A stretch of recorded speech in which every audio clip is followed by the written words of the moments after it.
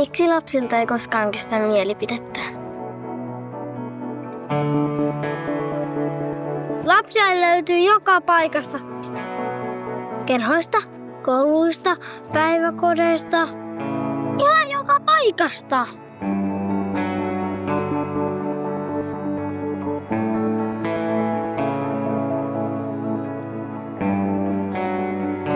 Miksi lapsia ei ikinä kuunnella, kun Eero koskettaa myös lapsia?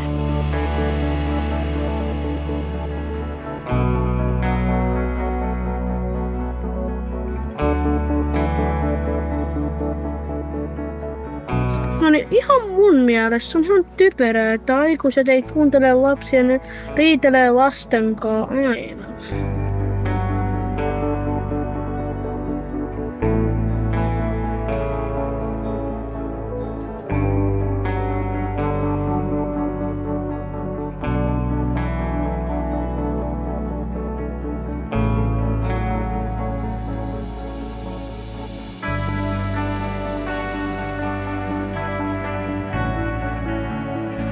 Kiusattiinko sua?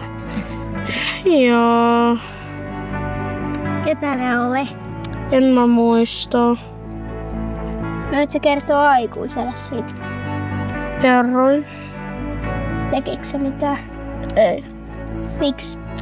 Ne ei varmaan edes tykkää musta. Mitä ne sanoi susta?